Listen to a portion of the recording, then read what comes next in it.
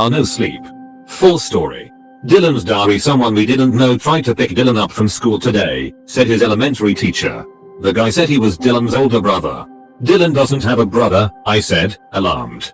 We thought so too, replied the teacher. I suspected something wasn't right straight away. It was this tall lanky guy with black hair. Looked in his late 30s. Maybe even 40. He knew your address, Dylan's full name and birthday and which class he was in. I went inside to check with the principal. When I came back out, the guy was gone. I was silent for a second as I stood facing the teacher outside the school gate.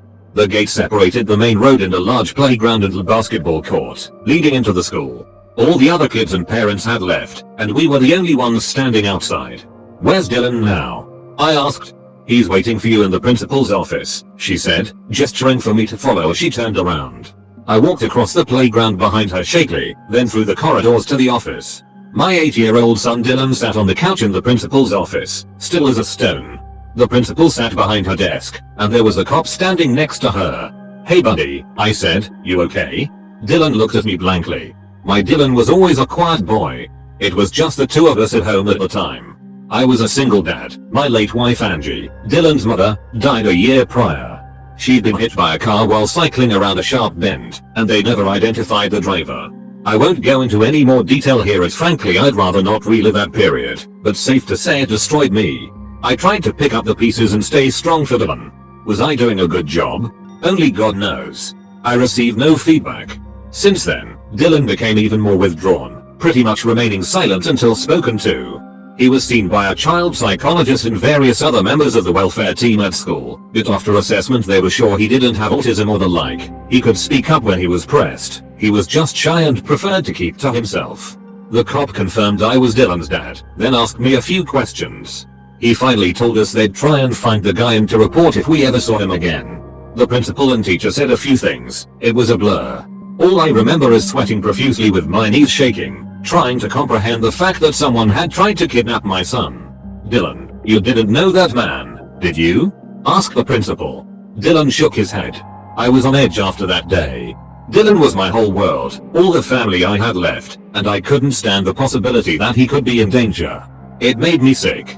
Who was this bastard? Why my son? Did he know us, or was it some random creep? I always walked Dylan to and from school thereafter, and was never late to pick him up again. Meanwhile, Dylan himself didn't seem rattled in the slightest. He never mentioned the incident unless specifically asked. At the time, I thought he was just timid and didn't want to cause trouble.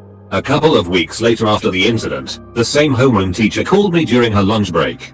She said one of the kids in her class saw Dylan talking to a man through the school fence. When she rushed out, the man was gone. When Dylan was asked about it, he said he hadn't been talking to anyone. The girl who apparently spotted him was questioned further, and she was adamant she saw Dylan talking to a tall, lanky man with messy black hair. The cops were called again, did a quick search of the perimeter of the school, but they found no one suspicious. That afternoon, I sat Dylan down at the kitchen table. I won't get angry, I just need you to tell me the truth, I said, trying to steady my nerves. Did you or didn't you talk to a stranger today at school? Yes or no? He shrugged. Getting an answer out of him was harder than drawing blood from a stone. How many times have we told you not to talk to strangers? It's for your own safety, you do understand that, don't you son? He nodded, looking slightly afraid. I realized I had raised my voice, and felt guilty immediately. Exasperated and running on 2 hours of sleep, I left him at the dining table and went straight to bed. That night, I woke at 2 AM and went for a bathroom trip. I decided to check on Dylan while I was at it. He wasn't in his room. I called out his name and looked around in the living room and kitchen, getting more frantic as the seconds ticked by. I checked wardrobes, corners, even in cupboards which made no sense to look in as he'd never fit in them, but I was desperate, thinking he'd been kidnapped. I went out into the street, yelling his name as I ran up and down it like a maniac to no avail. As I came back into the house ready to call the police, I looked in Dylan's room for one last check. He was sitting up on his bed, wide awake and staring back at me. Where were you? I asked, relieved but still alarmed. I was here, he replied. No, you weren't. I was looking everywhere for you, and you weren't in here. I was. Had I imagined all of that? I shook my head, feeling a big rain coming on. Just stay in your room, okay? Don't scare me. I thought my eyes had deceived me somehow, and the paranoia was getting to me. Perhaps I should have paid attention to the fact that the window was wide open. About a year after those incidents, I heard a knock at my apartment door. I was inside doing some paperwork while Dylan was in his room playing Minecraft. I was on alert immediately. No one ever knocked on the door. We lived in a block of apartments, and friends or acquaintances would always wait outside of the main door, ring the doorbell, and I would greet them downstairs. This meant it was likely an upstairs or downstairs neighbor who needed something. I had a few of their numbers from when we moved in, for contact should the need ever arise, but we weren't close at all. I wondered what could be the problem. I walked up to the door and looked outside the peephole. There was no one there. Odd, I thought. Perhaps I had heard something. Those random occurrences were commonplace now, and second-guessing myself was just in my nature at that point. As I walked back to my desk in the living room, I heard another knock. Something was up. I walked up to the door again. No one seen through the peephole. Was someone pranking us? I stood just behind the door and texted my upstairs neighbor, asking him if he'd knocked on the door. A few moments later, I heard footsteps upstairs that went in the direction of the door, then hurriedly back into the apartment. I then received a text back, about a minute later. Do not open the door.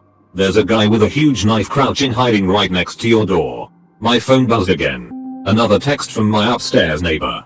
Calling cops RN. Stay inside. I froze, as all the hairs on the back of my neck stood up. I was paralyzed for a few seconds. When I came to my senses, I tiptoed to Dylan's room. Stay inside. Keep quiet. I whispered, my eyes bulging, beads of sweat dripping down my forehead. I had never felt my heart beat so fast. Dylan looked up and raised his eyebrows as I shut his door slowly and stood outside it, about to throw up and shit myself at the same time. We were so still that I could make out quiet but frantic talking upstairs, and more rushing footsteps. I read my upstairs neighbor's texts again to make sure my eyes hadn't deceived me. I tiptoed to the kitchen and grabbed one of my own kitchen knives, then returned to the same spot outside Dylan's room, anticipating a crazed psycho busting down the door at any second. I chanted manic prayers for safety on repeat in my head. Not a sound came from inside his room. After what seemed like years, I heard sirens in the distance and my heart rate started to slow a little. My grip on the knife handle loosened. Eventually I heard some shouting, more footsteps and banging that gradually faded in volume. This is the police, shouted a voice.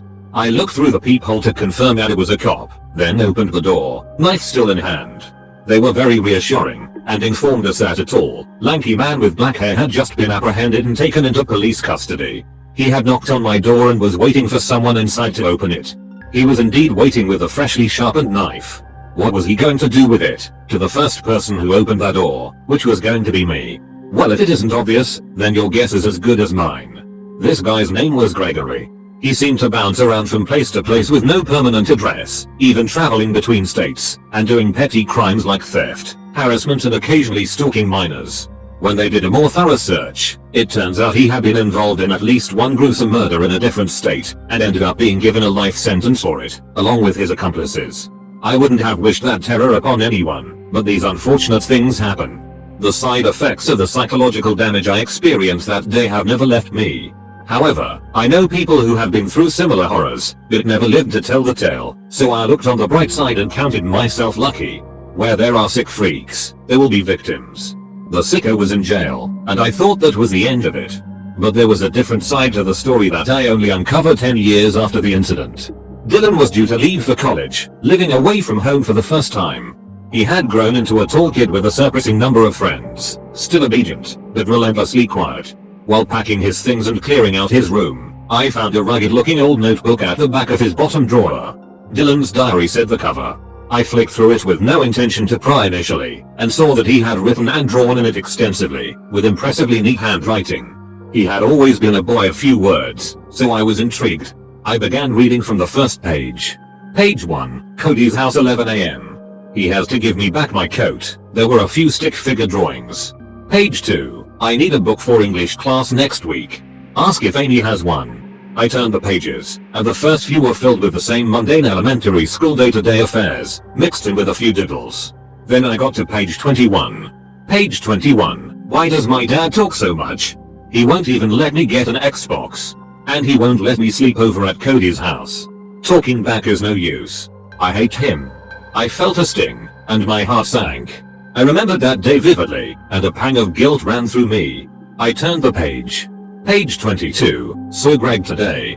He says he can help me get rid of dad. I said he was lying, but he says he's done it before. It was in the news. As my mind connected the dots, I flicked through the previous pages. This was the first mention of Greg I could find. I started to sweat, but continued reading. Page 23, me and Greg are coming up with a plan. Need dad gone. But I almost got caught talking to him today. MRS Watford, that stupid old mole rat, kept asking me. She took me to the principal's office again. I think Katie saw Greg and snitched. Need to be careful. A few blank pages, with a few in between filled with scribbles and admin type notes to self. Then the narrative continued. Page 41, the word plan was underlined, with 2 drawings underneath. The first was of a stick figure kneeling by a door holding what looked like a dagger. This stick figure was smiling. There was another stick figure behind the door, with its hand on the door handle, about to open the door. The second was of the first stick figure stabbing the stick man who had just opened the door, his eyes now 2 crosses. Page 42, Greg came to my house and I showed him my plan. He said it was good and he could do it. We almost got caught by dad, but I got back in bed just in time. He's gonna get some tools from his house. Close 1. Page 43, Greg screwed up. He's in jail now. Why did dad not open the door when Greg knocked? Everything went wrong. I don't know why. Page 44, I wish my dad would just shut up. I flicked through the rest of the notebook, which was blank. Page 44 was the last entry. I read the entries a few times, and pondered what I should do. I never thought Dylan was capable of such heinous intentions. Confused and upset, I acted as if nothing had happened for a few days, but on the day he was due to leave for college, I couldn't hold it in anymore. I brought his duffel bag down and hooked it on his suitcase. He was ready to head to the station, standing outside the door with the suitcase and his backpack. Dylan, when you were younger, did I ever say or do anything that hurt you? You can be honest with me. No, why do you ask? He replied. I held up the diary. He froze for a second, and I saw the color drain from his face. I won't blame you for anything, don't worry. You know I love you very much, son. You were a minor, and you were a victim of a very sick man. Besides, this thing is years old. I just want to know what I did wrong at the time to lead to this, and we can put it behind us. His shocked expression faded, leaving his ever-present blank stare. You didn't do anything wrong. Neither did Mom. I opened my mouth to ask him what he meant by that, but stopped. The corners of his mouth stretched into a wide smile. Our eyes met, and we stood in silence for a few seconds. Dylan, if I were to find another one of these notebooks, I began tactfully, would I see the blueprint of my wife's murder inside? Yeah. He didn't even pause to answer. Then he gripped the handle of his suitcase and walked off down the street. That was 2 years ago now. I never forgave him. Every night I still lie awake thinking whether he was born that way, or it's somehow my fault. We haven't talked since he left that day, and he hasn't come back home. He's never tried to contact me, and I haven't likewise. It looks like he's doing well in college from his Facebook posts. He seems to have a lot of friends, so I assume he got his own place or stays with one of them. I wonder if any of them will ever find out who he really is. Wouldn't blame them if they never do. After all, I still don't know who my son is, and I raised him for 18 years. Thanks for watching. Please press the like button if you enjoyed and the notification bell next to the subscribe button to never miss another video. Let me know your thoughts below. Bye.